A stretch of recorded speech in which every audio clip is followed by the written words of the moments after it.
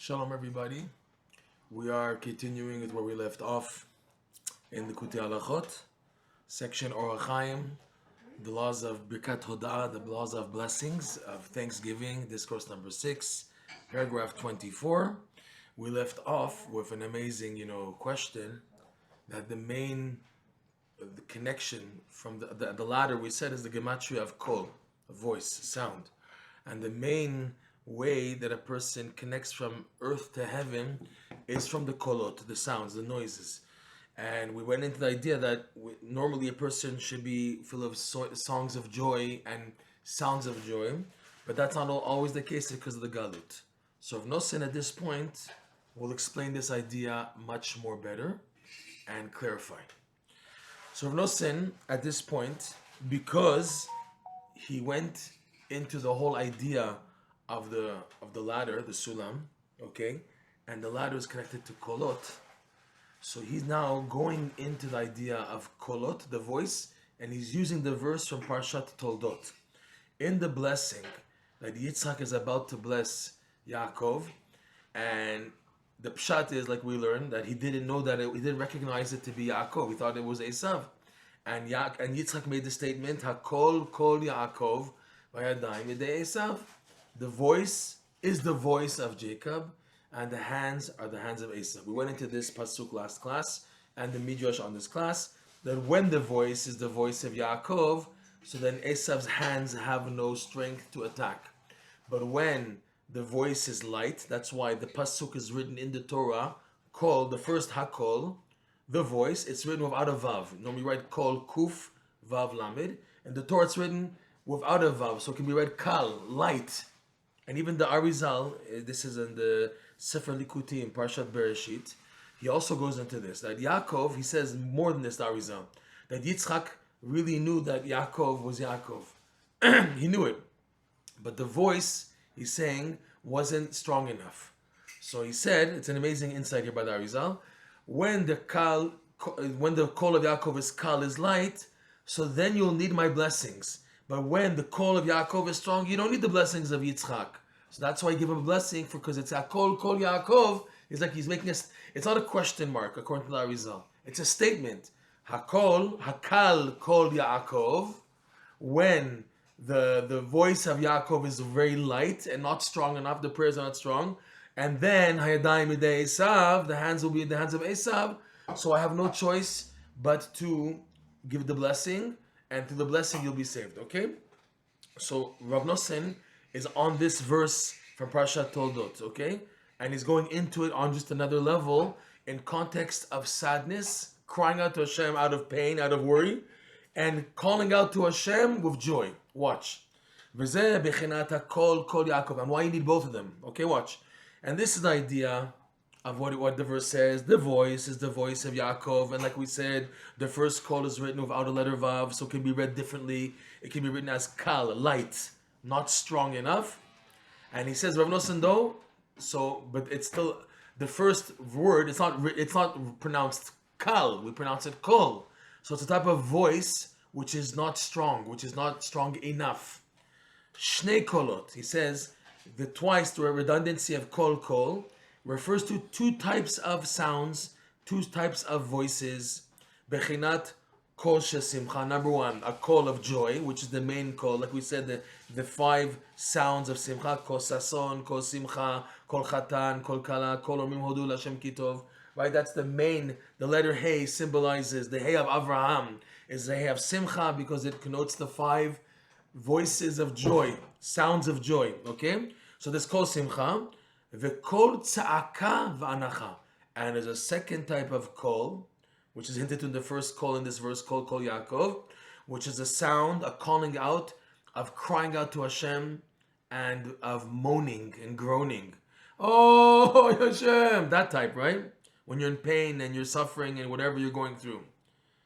Kedei lizkot lesimcha. And the second type of crying out to Hashem, out of worry and pain, okay, tza'aka v'anacha, in order to come to Simcha. It's not complete. It's a prerequisite. It's like a pre-step before the actual call. The real voice is out of joy, but there are times you need to call to Hashem out of pain and agony in order to come to joy. Valken Kol echad chaser ve'echad maleh, and that, like we said, that's why one kol is written in the verse lacking, missing the letter vav, and the second one is with the letter vav in the Sefer Torah. Kamuva, like we said, the Arizal in Sefer Likutey goes into this. Ki kol tza'aka hu chaser, because when a person cries out to Hashem, Hashem help me, everything, as great it is, it's still considered lacking. It's incomplete, but you need it still, but it's incomplete.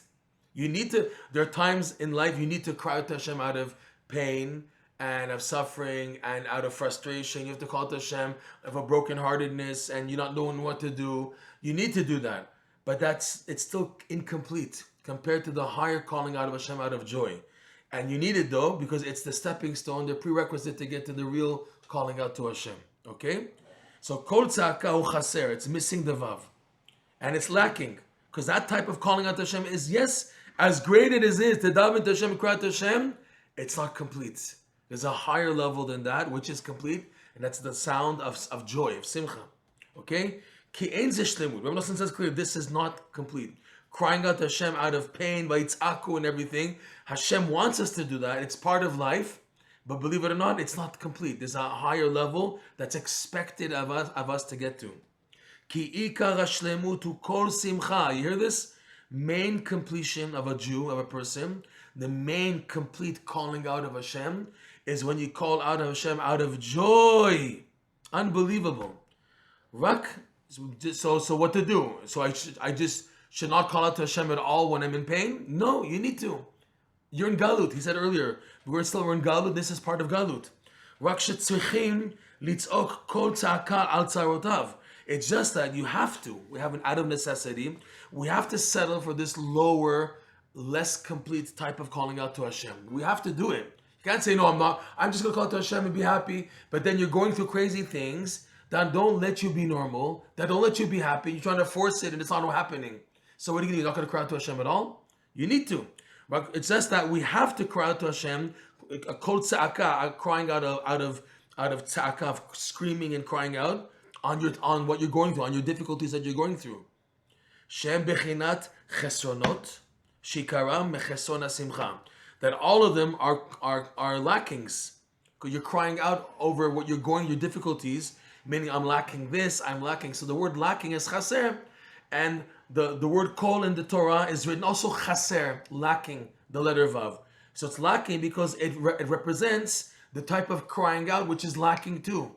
It's the crying out over your pain, where there you're crying out of what you're lacking. I'm lacking A, B, C, D, I'm lacking shalom bayit, I'm lacking my children's chinuch, I'm lacking health, I'm lacking in avodat Hashem, lacking. That's chaser. That's why kol is written chaser, the vav.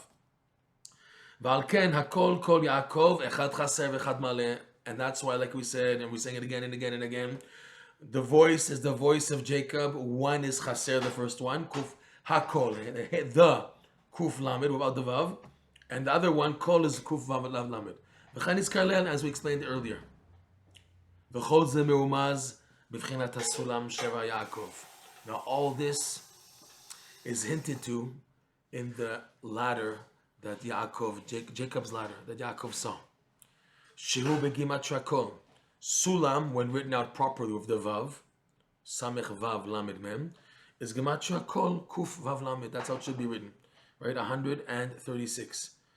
Hainu bechinat kolot, that the steps, the stairway, the ladder to heaven requires you to call out. You can't be silent. But the main calling out is that of Simcha. You want to advance in life, you can't remain quiet. You can't have a quiet attitude in Judaism. You have to make noise. A happy person is full of noise. He calls out, he sings, he praises. There's movement. Someone who's quiet and minding his own business, that's a sign of sadness and depression. A person who's very quiet and everything and inside himself, he's a sad person, unfortunately. Someone who's happy is outgoing and makes noise, and you hear music and singing and dancing and praising. There's movement, especially of the mouth, kolot. There's noise. There's noise coming from a person who's happy, okay? If it's noise of telling jokes, if it's noise of singing and dancing, if it's noise of praising Hashem and giving thanks, okay? All that is noise that represents Simcha, okay? Someone who's quiet, it's like he's sad and depressed. And when he calls out of tza'akah, so it's still incomplete. But his calling out of tza'akah should be in order to come to Simcha. I'm lacking because I'm lacking Simcha. So going back, the sulam, the ladder that Yaakov saw is gematria kol, because that's the main way to go up, ascend the ladder. Shaydeze ikar ha'aliyah, right? Shainu b'chenet kolot shikaram kol simcha. So sorry, the sounds, the main essence of sounds is like the sound of joy, like we said, and through this is the main way that a person ascends from earth to heaven.